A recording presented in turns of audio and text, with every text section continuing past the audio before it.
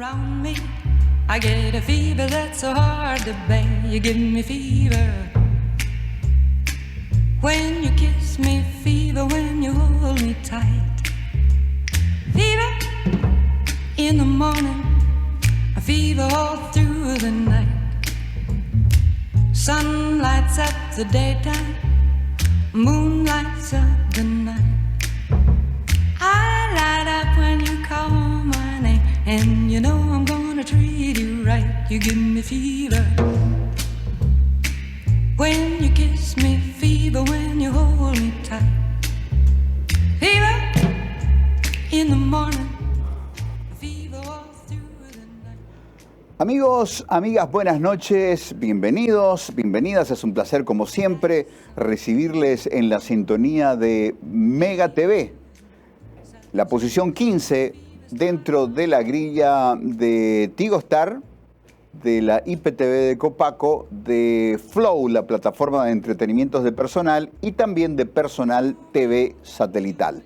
Muchas gracias por la sintonía.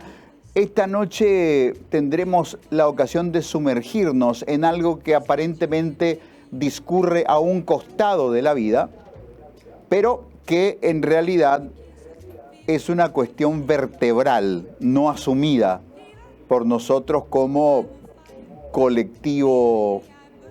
Ustedes ya saben que trato de evitar la palabra sociedad porque no quiero empezar o contribuir a lo aparente, decir, bueno, ¿cómo está la sociedad paraguaya?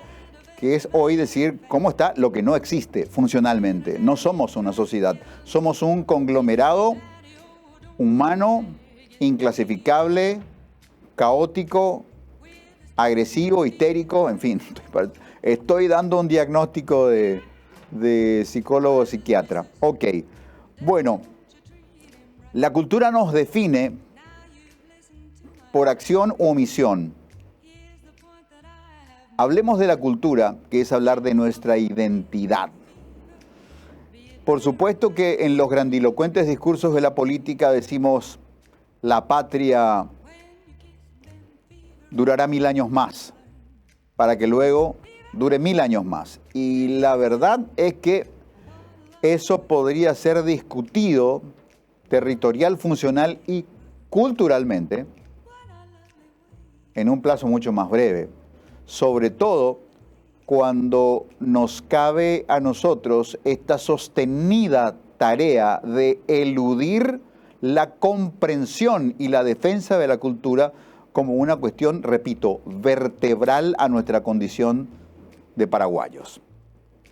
Hoy vamos a hablar de la cultura, hoy vamos a hablar de nuestra identidad sin patrioterismo. Vamos a mandarle a descansar a Emiliano Orea, a Trece Tuyutí y compañía, porque la cultura en un sentido amplio, con todo respeto por el aporte identitario de esas grandes canciones de la épica de la guerra, una guerra ganada territorialmente pero perdida funcionalmente, o no es tener medio territorio del Paraguay en estado agreste, una derrota de la idea que se tenía en 1932-35 de por qué la joven generación de aquellos años fue a dejar su esfuerzo y en muchos casos a dejar su vida en los agrestes territorios del Chaco, con la idea de que las generaciones futuras, es decir, usted y yo, iríamos a convertir ese espacio en algo significativo, no en un potrero de la ganadería brasileña y en un centro de operaciones del narcotráfico.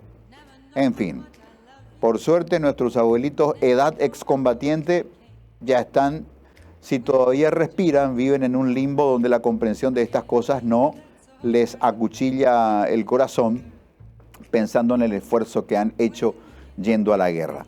Amigos, hoy hablaremos de la cultura desde un ángulo que nos permita interpelar lo que tenemos que hacer para asumirla, promoverla y defenderla, y de ser posible integrarla de manera significativa al discurso político como primera etapa y luego la praxis política, dependiendo de quién llegue a tener la responsabilidad de administrar el Estado paraguayo a partir de agosto del año 2023. Dios nos libre y guarde de algunos candidatos, a uno al que le escuché ayer, siendo parte del gobierno, decir tenemos que rescatar este gobierno. ¿Qué pasó, amigo? Un lapsus lingüe, un camambú muy extenso de algún espirituoso antes de subir al escenario, porque es casi un blooper que alguien en un altísimo cargo del gobierno suba a una palestra política a decir tenemos que rescatar este gobierno, el gobierno del cual formás parte. Mayor declaración de derrota o de extravío de la capacidad de lectura de situación es difícil encontrar. Hecha la aclaración, escrita la postdata, vamos a ir a una pausa que será muy breve, que estará integrada por contenidos de información comercial de mucho valor, dignos de la atención de ustedes, y a la vuelta entramos en materia. Gracias una vez más por la sintonía. Fever, I'm on fire. Fever, yeah, I burn forsooth. A fever all through the night. Sun lights up the daytime. Moon lights up the night. I light up when you call my name, and you know I'm gonna treat you right. You give me fever when you kiss me, fever when you hold me tight. Amigos, de regreso de la pausa con la alegría de poder encarar temas de nuestra cultura en un sentido amplio, desde un asidero donde el azar contribuye, pero a veces el azar, la casualidad, es una especie de ciencia no escrita, ciencia no codificada. Así que estos factores contribuyen y convergen esta noche acá para que tengamos, por ejemplo, una oportunidad de conversar con Mirta Roa Mascheroni, escritora, pero digamos para la referencia que nos vale más allá de su peso como figura de la cultura paraguaya. Es la hija de don Augusto Roa Bastos, alrededor de cuya obra ha sucedido algo extraordinario, que hoy en el anuncio de este programa decíamos basura de 24 quilates. Ejemplares significativos de la trascendencia y universalidad de Augusto Roa Bastos fueron encontrados casi al borde de convertirse en basura. Versiones traducidas de la obra de Roa Bastos a distintos idiomas. Esa colección fue rescatada, fue traída al Paraguay y hoy empezamos a celebrar el atesoramiento de esas expresiones de la obra de don Augusto Roa Bastos. Pero vamos a saludar ahora a doña Mirta Roa Mascheroni. Mirta, buenas noches, ¿cómo está usted? Hola, Quique, ¿cómo están? Bueno, un saludo para ti, para tu audiencia y para todos quienes estén en este programa, este nuevo canal. En realidad, me gustó ese título de La basura de 24 quilates. No se estaba por convertir en basura, se estaba por convertir en fuego, en llama. Epa. Ya era basura, estaba en un contenedor.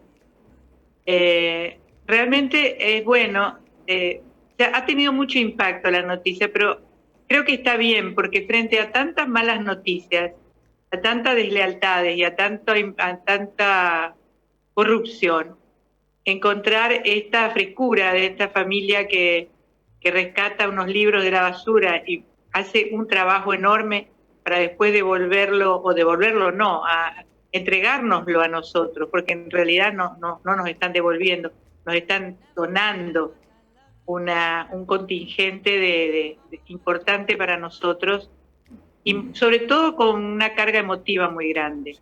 Sin duda, sin dudas. Entonces, Mirta, permítanos, también hay que resaltar. Sin dudas que sí. Permítanos compartir unas placas. Vamos a la primera placa de don Augusto, por favor. Bueno, esa es la tercera, chicos. Esa es la tercera. La primera. A ver.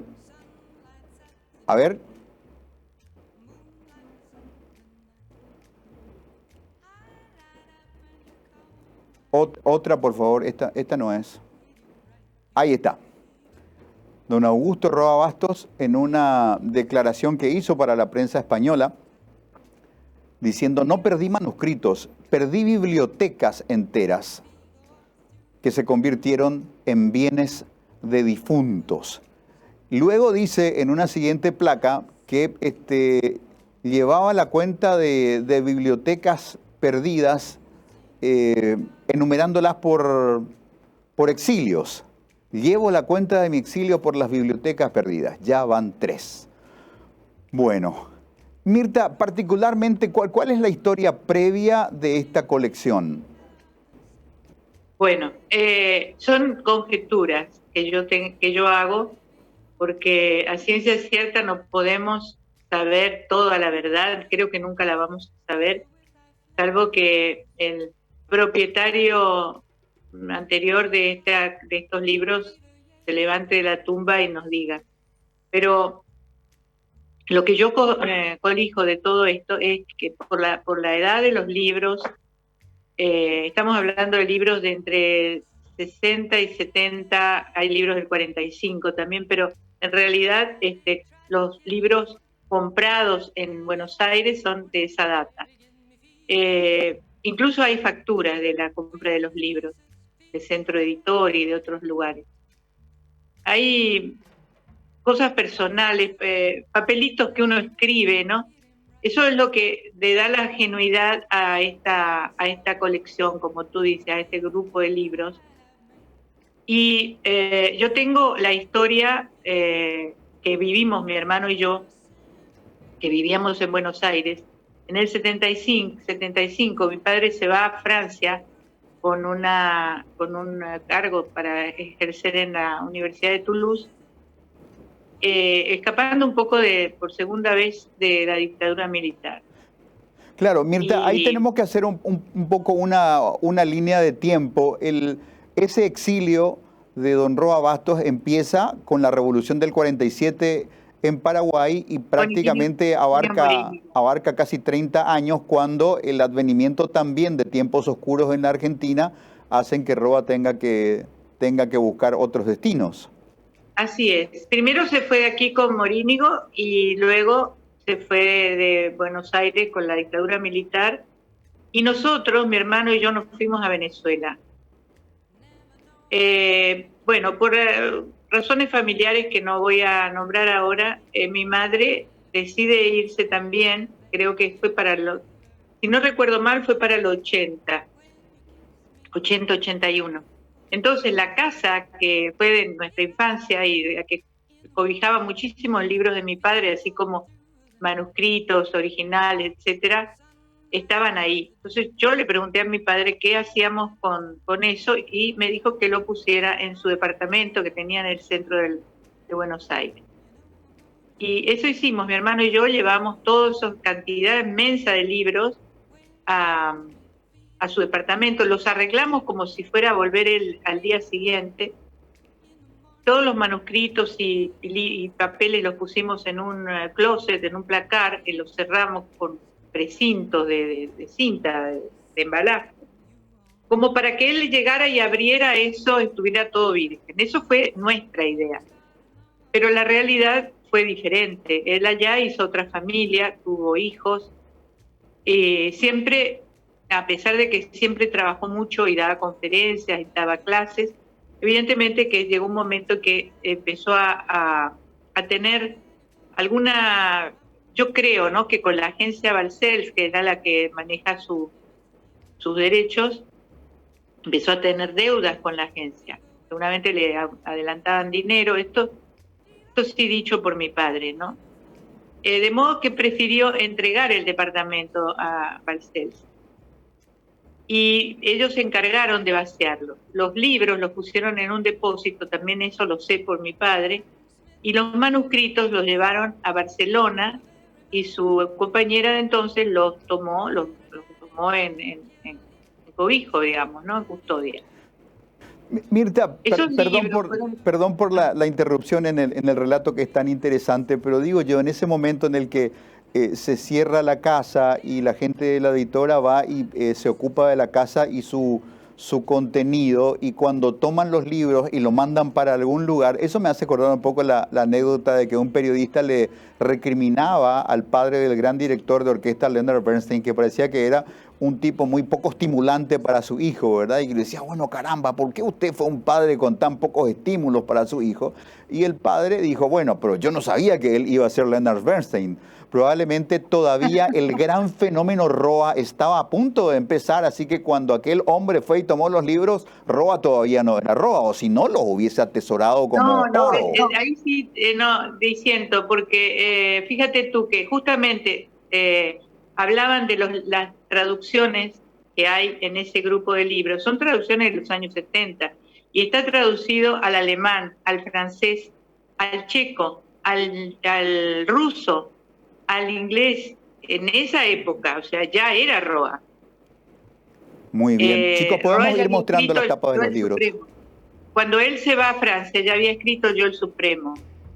Yo el Supremo fue realmente una novela que todavía hoy sigue despertando mucho interés, no solamente de lectores, sino también de crítica.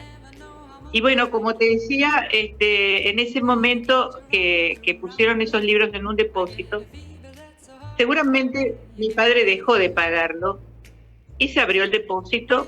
Él se habrá olvidado, supongo yo, o no habrá querido, no le habrá interesado más, habrá pensado, si no lo quise en 20 años, no lo necesito más, y subastaron todo eso. Yo me enteré de la subasta que estaban haciendo en Madrid, pero cuando yo me enteré ya era tarde, ya se había subastado todo lo que eran cartas y algunas otras postales y cosas personales. Pero esos libros, yo nunca más supe su camino. Me imagino yo, ahora sí voy otra vez a conjeturar, que alguien compró el lote del libro. Tú sabes que un lote de libros es algo que se puede comprar por muy bajo precio. Ajá. Habrá elegido los libros que le interesaban, y estos libros que están marcados, subrayados, llenos de papelitos, marcando páginas, no habrán sido de su interés. Ahí hay libros donde estudió él al doctor Francia, varios libros de paraguayos, hay como 5 libros ahí, pero él tenía más, porque yo tengo libros, otros libros que él ha estudiado de Francia.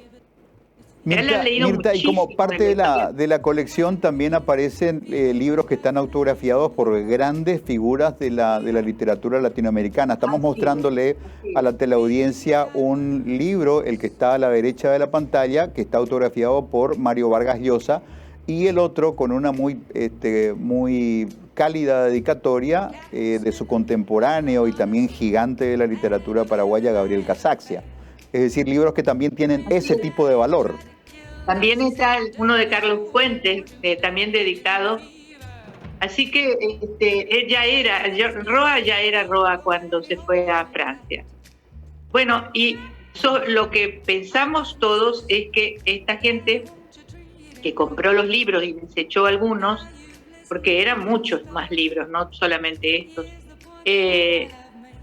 habrá muerto y limpiaron la casa, no sé, estos son conjeturas. Y pues toda esa basura, vamos a decir que como la consideraron, de libros marcados, subrayados, llenos de papelitos, bueno, fueron a la basura ya, limpien acá y se acabó. El dueño murió, pero los libros quisieron vivir. ¿Cómo es que esta persona, de nombre Celina creo que, luego de unos 3 años aproximadamente, decide hacer contacto y dar cuenta de la existencia de este acervo de libros vinculados a Roa Bastos? Porque ella, el esposo encontró estos libros y se los ofreció. Ella los aceptó porque ella y su familia son muy lectores. De modo que con mucho beneplácito ella recibió los libros. Me dice que estaban sucios, de moho, de tierra, los limpió, los acomodó, los catalogó, los leyó, apartó los que le parecían interesantes para leer. El padre es antropólogo, de modo que también habrá encontrado libros que le interesaban, y eso fue durante la pandemia. Luego ella quedó embarazada, fue otro año más prácticamente, de modo que pasó el tiempo y luego llegaba el momento de decir qué hago con los libros. Me los quedo, los entrego, de quién son, quién es este señor. Empezó a googlear, a ver, a averiguar, a mirar los Facebook, en fin, se informó primero quiénes eran y como entendió que había un culto por Roa, que había una fundación que respaldaba la memoria de Roa, entonces me imagino que por eso ella decidió llamar a la embajada. Desde que llama a la embajada y le manda unas fotos de los libros, a mí me manda Rodolfo Serafini, que es agregado cultural de la Embajada de Paraguay en Argentina, me manda una página con una firma, pero sin decirme nada. Y le digo, sí, es la firma de mi papá, pero ¿qué pasa? ¿Qué es? Después me manda el otro de Casaxia, la dedicatoria. Y me manda algo escrito por él. Digo, sí, es la letra de mi padre. Y bueno, ya estaba confirmado que eso pertenecía a Roa. De modo que ahí la misma embajada hizo los trámites, hicieron todos esos kilómetros hasta Mar del Plata y más allá, porque eso está en Otamendi, que es un pueblo cercano a Balcarce. Hicieron ese viaje, la gente que está ahí en la foto, la persona de amarillo, que es la esposa de Rodolfo Serafini, ellos fueron personalmente a buscar con un funcionario, creo que con el cónsul. Y fueron un domingo, un fin de semana, y al otro fin de semana ya vinieron aquí con los libros, que fue este domingo. Y este domingo decidimos mostrarlos, porque se va Rodolfo esta semana, y queríamos que él estuviera porque él tenía la historia de primera mano. Entonces hicimos rápido presentándolo hoy, pero yo recibí los libros del domingo. Es tan así que solamente abrí una caja, no abrí las otras porque era tan rápido que no las voy a abrir y volver a cerrar. Entonces ahí están esos libros, los pusieron en la embajada, esa foto de la embajada en Argentina, donde pusieron todos los libros en una gran mesa para mostrarlos. Realmente se ve impresionante, ¿no? Son 150, 160 libros que tienen un valor no solamente por su continente, sino por el haber sido manoseados y trabajados y leídos y rayados por Roa. Mirta, hablando de don Augusto en primera persona, nosotros tenemos estos retratos suyos de un hombre pensativo, taciturno. Recuerdo una entrevista que le hizo Miguel Viñaki, el periodista argentino del grupo Clarín, muchísimo tiempo atrás. Estoy hablando del año 86, 85, y era una entrevista extensa y pareciera que cuando Viñaki sintió que entró en confianza, se permitió preguntarle, maestro, ¿qué es esa expresión que tiene usted en su semblante, entre la melancolía y la ausencia? Y don Augusto le respondió algo así como, debe ser esta sensación que cargo de que hay cosas que están irremediablemente perdidas. Pero ese es el Roa, no sé si por la galería y para el público. De entre casa también era un papá que de repente se lo encontraba muy seguido mirando a algún punto indefinido en la ventana, imaginando cosas, ¿o había otro Roa de puertas para adentro, Mirta? Claro, no una persona no está todo el día pensando en algo, ¿verdad? Pero claro que era un gran pensador. De hecho, él estaba construyendo sus novelas, sus obras permanentemente. Mi hermano me cuenta que cuando él andaba en bicicleta en Buenos Aires y Carlos iba con él detrás, y él creía que le iba contando historias y después se dio cuenta que estaba ensayando sus propios cuentos, sus propias obras, ¿no? Él siempre estaba pensando en su trabajo, digamos, en su obra. Y una de las cosas que más le preocupaba es cuando tenía que hacer cosas obligadamente, como trabajo ganapán, como decía él, porque eso lo apartaba del hacer su obra. Y para él lo más importante era eso. Era una persona que podía reír a carcajadas, le gustaba hacer bromas, le gustaba divertirse, pero también el mayor tiempo que yo tengo uso de razón, lo veía leyendo o escribiendo. Y el escritor es un trabajo muy solitario, ¿no? A diferencia del músico que puede compartir con sus hijos su trabajo. El escritor no, el escritor es un ser muy solitario. Para nosotros era terrible porque éramos niños y no podíamos hacer ruido cuando estaba en casa, entonces eso ensucia un poco digamos, el trato, porque uno quisiera que no estuviera ahí para poder hacer ruido, jugar y qué sé yo. Pero hoy a la distancia vemos cómo era de tierno, cómo era de dulce, cómo era de cariñoso cuando estaba y cuando se permitía interrumpir su trabajo para estar con nosotros. Era muy especial, tenía una característica muy peculiar.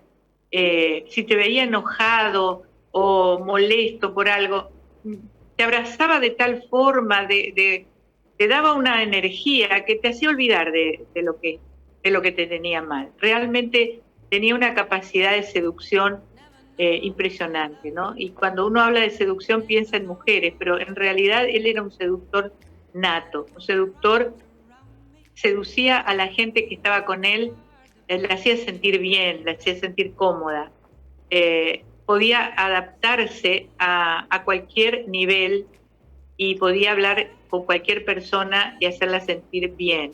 Y con cualquiera de esas personas de cualquier nivel, me acuerdo mucho del electricista que venía a mi casa, como si se ponía a hablar con él un largo rato, podía hablar de cualquier cosa y no era que se bajaba al nivel del otro, sino que podía equipararse con el otro, podían levantarse juntos. Eso es una capacidad muy rara, porque es muy común que la gente que tiene cierto estatus intelectual mire por sobre el hombro a la gente de profesiones más humildes. Pero él no. Él le decía, me acuerdo que le decía al taxista, le decía maestro. Y a mí me llamaba la atención, ¿no? Porque él le decía, nunca se lo pregunté, pero era una señal de respeto realmente. Me acuerdo mucho eso y siempre me acuerdo cómo él podía hablar con cualquier persona y no se sentía que la otra persona pudiera sentirse incómoda pensando que era un gran intelectual, que a veces uno se inhibe, ¿verdad? Y me decía a mí, cuando yo pasé acá un año en Paraguay, tenía 10 años, nos escribíamos, y conservo 2 cartas de esas, y en una me dice que me acerque más a la gente humilde, me dice, esa es la mejor, y que aprenda de ellos. Es un consejo. También me decía que había que querer mucho al país, porque el Paraguay ha sufrido grandes infortunios y sigue sufriendo grandes infortunios, y que hay que acercarse más a la gente humilde, a la gente sencilla, porque es la mejor. Entonces, todo eso te habla de un ser humano muy particular, con una gran ternura, pero también con una gran fiereza para defender o para atacar lo que consideraba injusto, ¿no? Y por eso ha tenido esta serie de exilios donde ha tenido que ir abandonando no solamente bibliotecas, también afectos, hijos. Nosotros tuvimos que pasar mucho tiempo sin verlo, la lejanía. Antes las llamadas telefónicas eran muy costosas, viajar no era tan fácil. En fin, cuando hay un exilio, no sufre solo el exiliado, sufre todos los que están relacionados de alguna forma con él. Sin duda que sí. Querida Mirta, muchísimas gracias por este valioso tiempo que has compartido con nosotros. Tengo la cara llena de preguntas, pero me las voy a tener que guardar porque la crueldad del tiempo en televisión me obliga. A lo mejor no te dejé hablar. No, agradecido por cada minuto que nos dedicaste. Querida Mirta, muchísimas gracias y vamos a acercarnos a esa colección. Sueño con que la dimensión de Roa para todos, pero sobre todo para quienes nos representan, sea gigantesca. Yo me emocioné mucho y pensé mucho en Roa cuando vi una obra de animación en 3D de la historia de una niña que extrañaba a su padre, que tenía que viajar también, curiosamente, y toda la película animada tenía música de Chopin, y Y las denominaciones de la obra de Chopin aparecían en los lugares más insólitos, en los avisos publicitarios, en un avión que pasaba por el cielo, y al final en los créditos se veía que esa parte había sido promovida por una asociación nacional de protección y promoción de la obra de Frédéric Chopin. A mí como me gustaría que lo de Roa tenga esa potencia, esa universalidad y que se convierta en muchos productos, también adaptarlos a los nuevos lenguajes que no necesariamente sean el libro, para que sepamos de la enorme potencia de Roa, de cómo él es el retratista de nuestro dolor, de lo mejor que tenemos y de lo peor que hemos sufrido. Materias para una siguiente conversación, querida Mirta. Muchísimas gracias. Con mucho gusto. Muchas gracias. Mirta Roa Mascheroni, la hija de don Augusto Roa Bastos, celebrando esta fantástica noticia.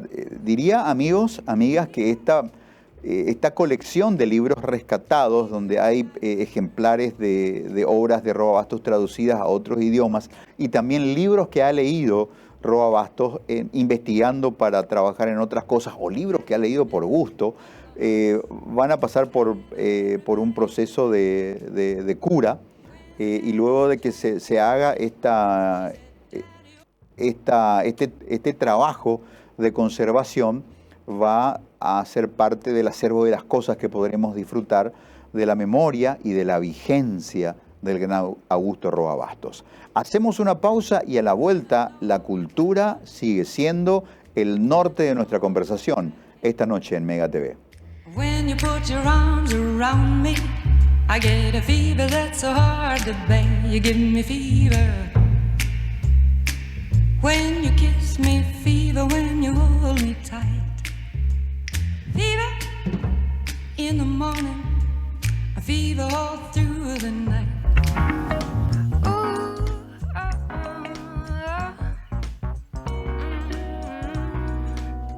well, you can tell by the way I get a fever that's so hard to bear. You give me fever.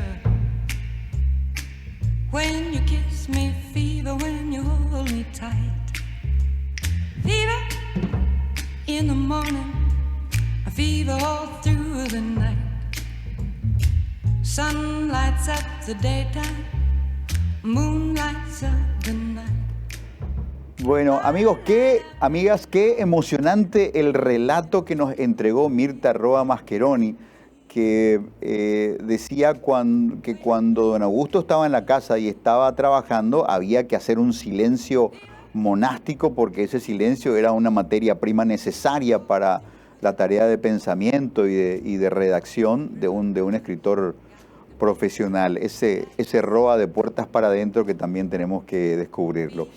Y vamos a hablar ahora con una persona muy consustanciada con el cuidado que debe tener la obra de Augusto Roa Bastos, la vigencia, la presencia y la proyección de un acervo cultural e intelectualmente tan significativo como el de don Augusto Roa Bastos, y me refiero al querido amigo Bernardo Neri Farina, escritor, periodista, docente, promotor cultural también, que ha presidido la Fundación Roa Bastos, pero con él, digamos, más allá de ese hilo conductor que es la pasión roabastiana, queremos hablar un poquito, no sé si para enojarnos anticipadamente o para declarar que somos hijos de la esperanza, de una esperanza que Araca Eventendas Habey, hablando de cultura, política y electoralismo. Bernardo, buenas noches, ¿cómo estás? Buenas noches, Quique. Es un placer estar contigo una vez más en tu programa. Y bueno, estamos aquí para lo que podamos ser útiles.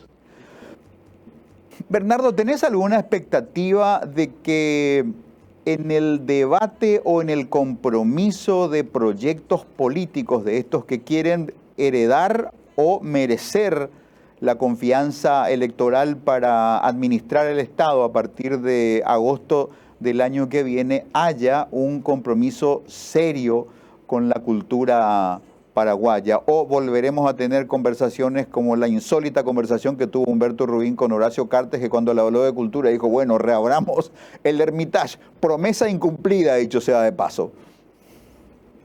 Y ni siquiera eso se cumplió. Tengo la ilusión más que la esperanza. No sé si... porque no veo nada en los movimientos, nada que ataña a la cultura,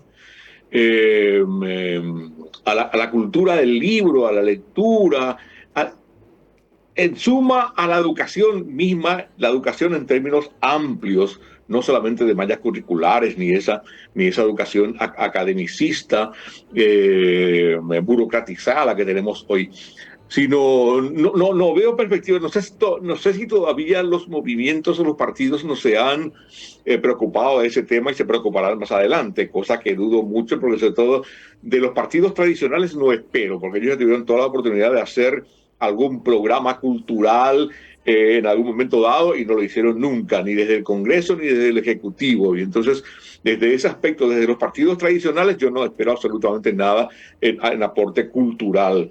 Lastimosamente, ¿no? Me gustaría poder esperar algo de ellos.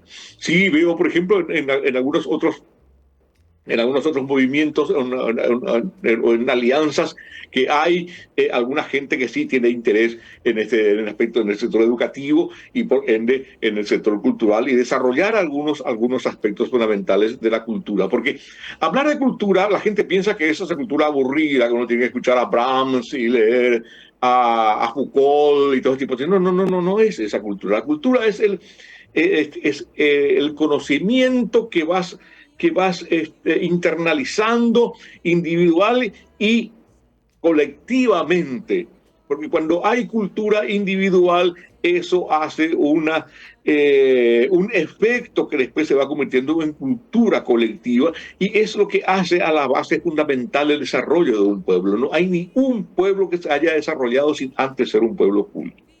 Entonces, partiendo de esa base, podemos tener miles de proyectos que vamos a estar mejor, que vamos a ganar más plata, que vamos a tener más alumnos en la escuela, pero si no tenemos un plan cultural que fundamente todo eso en el libro, en la lectura, en el desarrollo integral del ser humano, va a ser inútil.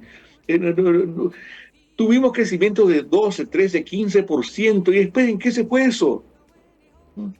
Se dilapidó todo eso porque no tenemos una base cultural que sustente eso, cultural en cuanto a conocimiento, en cuanto a manejo de tecnología para aprovechar las coyunturas y las estructuras que nos brinda la tecnología nueva. Pero para que aproveche la tecnología tenés que tener calidad intelectual también, y entonces eso nos falta, y eso no veo en las propuestas, o no sé si hay luego propuestas todavía, porque inclusive cuando me suelo observar algunas veces, cuando tengo esa curiosidad medio morbosa de ver los programas políticos donde supuestamente debaten los candidatos, este tipo de cosas, que terminan siendo shows mediáticos. No hay ninguna propuesta, entonces, y menos todavía propuestas de tipo cultural o de tipo educativo. Entonces, todavía me hago la ilusión de que pueda haber algún grupo que piense en eso, pero hasta ahora no lo veo. Bernardo, hoy la realidad nos envía mensajes brutales. Por ejemplo, desde la narrativa de la invasión de Rusia a Ucrania, donde en los sectores donde el despliegue de poder militar ruso ya está consolidado, comenzaron a bajar toda la señalética, todo lo que refiere a Ucrania, lo están desmontando para instalar forzosamente una Rusia. Yo creo que ahí hay como una metáfora muy poderosa, en este caso por una situación de fuerza y de potencia militar muy asimétrica, pero que nos dice que si no cuidamos de nuestra cultura como nuestra columna vertebral identitaria, vamos a terminar sacrificando nuestro concepto de nación. Si nos invaden desde lo cultural, desde lo comercial, desde lo tecnológico, y nosotros cada vez retrocedemos un poquitito más, no cuidando lo que nos identifica, que es el rico contenido de la cultura, vamos a terminar perdiéndolo todo. para enfrentar al mundo, sino para confrontar con el mundo o para proyectarte al mundo, necesitas tener tu propia identidad. O si no, lo que haces es tirarte al agua y te convertís en pez. O te convertís en lo que el agua, en aquello en lo cual el agua te convierte. Es decir, vos tenés que mantener tu identidad, tenés que ser un hombre rana, tenés que nadar ahí y mantenerte como ser humano dentro del agua. Y en cualquier circunstancia, esto que decís, lo de Rusia y lo de Ucrania, es aleccionador, porque ahí hay un milenario drama de nacionalismos, porque los ucranianos piensan que ellos son los padres, son la patria, la madre patria de Rusia, y Rusia piensa que ellos fueron los que desarrollaron Ucrania. ¿Right? Entonces, todo eso que hablas de la señalética, la invasión va más allá de la invasión armada y también tiene que ser una invasión cultural que en ese caso se justifica porque los rusos creen firmemente que Ucrania es parte de Rusia. Y es un ejemplo muy válido de esto, de que cuando vos vas a proyectarte al mundo o cuando vas a instalar tu propia personalidad, tenés que asumir tu personalidad e irte al mundo con tu propia personalidad. O si no, a la larga vas a perder, vas a ser un colonizador colonizado. Claro. Bernardo, perdón por la interrupción, sí. Pero se me ocurre que es pertinente que digamos que los rusos deberían aprender de los brasileros que vienen marchando hacia el oeste, que están penetrando en territorio paraguayo, y tenemos amplísimas regiones donde en las radios ya se habla en portugués, donde existen ciudadanos que tienen cédulas de identidad paraguayas, pero que son culturalmente brasileños, los de Santa Rita, los brasiguayos, y avanzando en la gran marcha de Itamaraty hacia el oeste. No tienen apuro, paso a paso, pero van avanzando, y su forma de consolidarse es cultural, sin disparar una bala. Es un proyecto de Golbery de Couto de Silva, el padre de la estrategia desarrollista y de la expansión del Brasil. El Brasil consuetudinariamente tuvo siempre problemas fronterizos y territoriales con todos sus vecinos. Es decir, hablando mal y groseramente, les comió territorio a todos sus vecinos. Y nosotros vemos lo que fue el Tratado de Tordesillas en 1492 del Papa Alejandro VI. Veremos que lo que hoy es Brasil, en aquel momento Portugal, era una franjita nomás, y el resto era todo lo de España. Es decir, y a partir de ahí, de esa franquita que tenían los portugueses, fueron comiendo territorio a los españoles, y después, cuando se convirtió en Brasil, fue Brasil comiendo territorios a los paraguayos. Y sí, y fueron sembrando su cultura a su paso, y aquello se convirtió en el imperio portugués convertido en imperio de Brasil. Pero es decir, como vos decís, ese imperio se consolidó con la culturización de todos los territorios que iban ganando. Fíjate nomás, para que la gente sepa, nuestra Villarrica del Espíritu Santo, la primera ubicación que tuvo fue cerca de Curitiba. Ahí estaba Villarrica. Y los bandeirantes lo fueron remangando hasta que vino Villarrica, que tuvo 7 emplazamientos previos, vino a quedarse donde ahora está Villarrica, en territorio que hoy es el Paraguay. Entonces, esa expansión cultural, y hoy todos los territorios son brasileños, no solamente porque el Brasil los invadió, sino porque Brasil sentó su cultura ahí. Entonces, ese es un drama que nosotros tenemos precisamente, y ese drama solamente lo vamos a poder enfrentar o confrontar cuando nosotros asumamos nuestra propia identidad como paraguayos. ¿Y cómo vamos a hacerlo? Desde nuestra cultura, asumiéndonos como entes culturales que tenemos una tradición, una cultura y una proyección humana que se va a basar en nuestro pasado, que se va a proyectar al futuro. Eso pasa por la cultura nomás, no pasa por la plata. no pasa por los insumos, no pasa por el agua, por las montañas, por los suelos, pasa por la mente de la gente. La riqueza de un país es la riqueza de la mente de un país. Japón no tiene nada, nada, y es la sexta, séptima potencia del mundo. Suiza es una potencia y tiene muy escasísima producción, tiene el mejor chocolate del mundo sin tener una producción láctea grande. Suez, que tiene una producción de acero extraordinaria y no tiene producción de hierro. Es decir, los insumos básicos no son importantes, es importante la gente.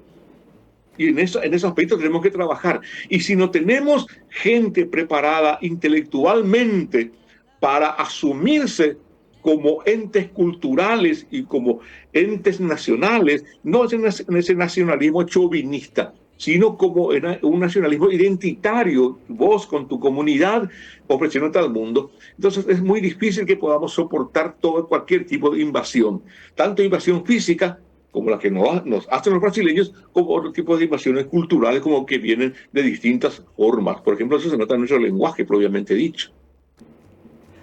Bernardo, me quedan 4 minutos y querría preguntarte si hay algún país cuya cultura, cuya política cultural te atraiga.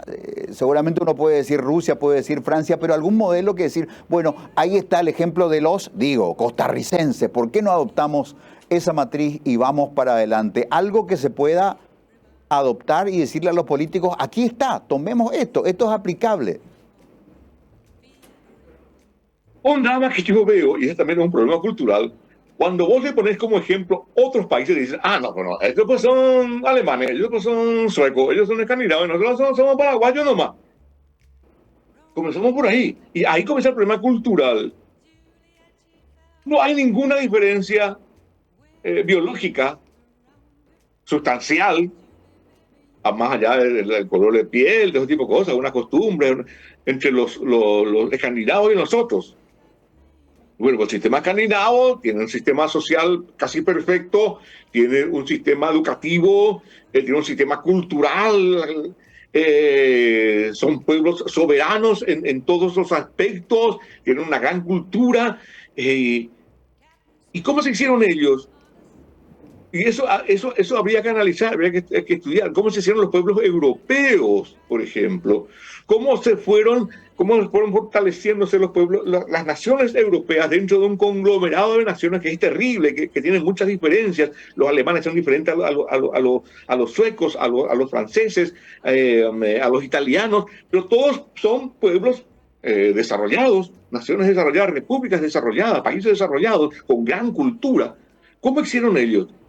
Y en contrapartida tenemos América, que se va degradando cada vez más culturalmente.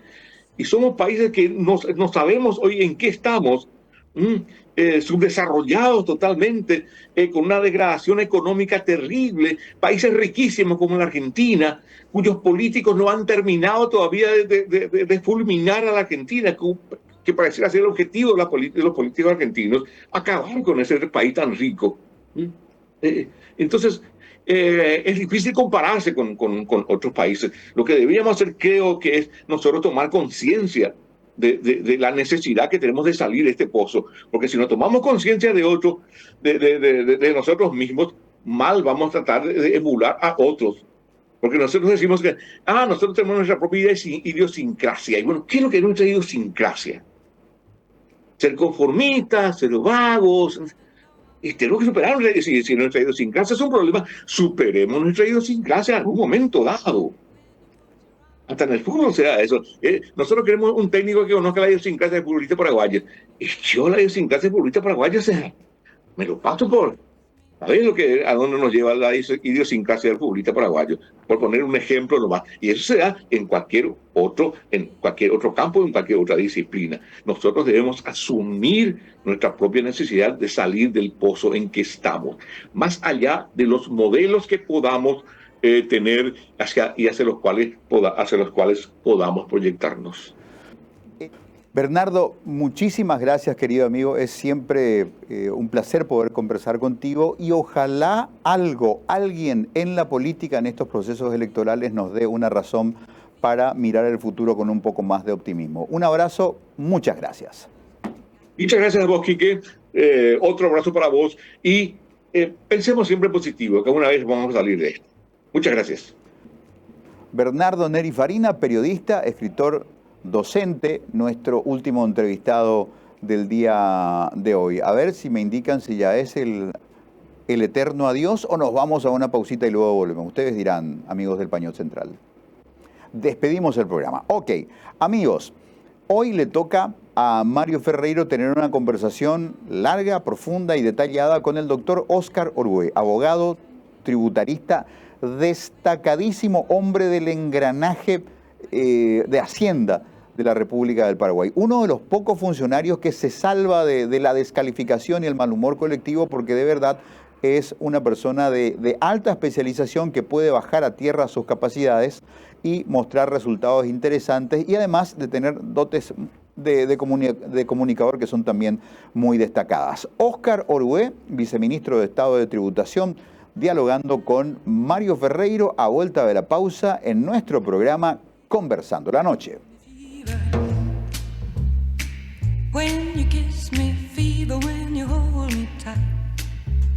Fever in the morning, fever all through the night.